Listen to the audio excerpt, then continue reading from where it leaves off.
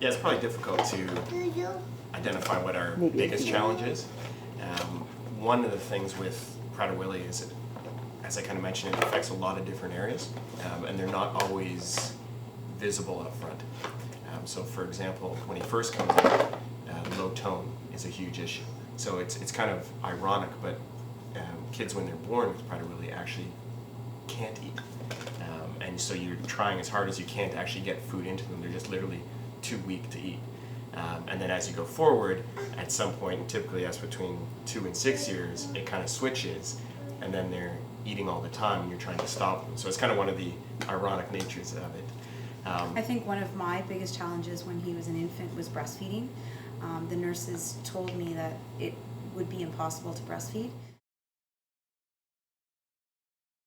Another big challenge for me personally was watching him grow, and growing at such a slower rate than all of my friends' kids, because they would, sit up and then start crawling and then start walking.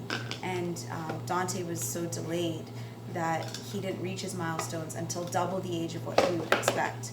So for me, that waiting game was very tough.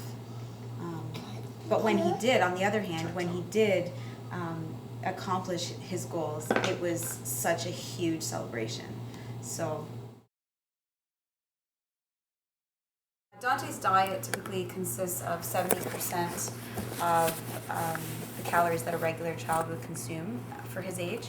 So, the positive thing is that we have changed our lifestyles regarding food. So we don't have any junk food in the house. We snack on vegetables and fruit. Actually, Dante has never had a cookie in his life, in his 2.5-year-old life. So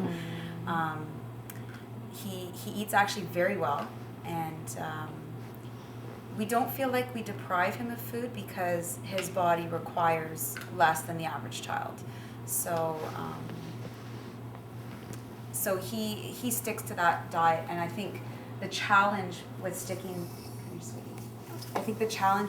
to that diet is other people, really. And our society is centered around food, so everyone wants to feed children when they're hungry, and without realizing what Prader-Willi syndrome is, they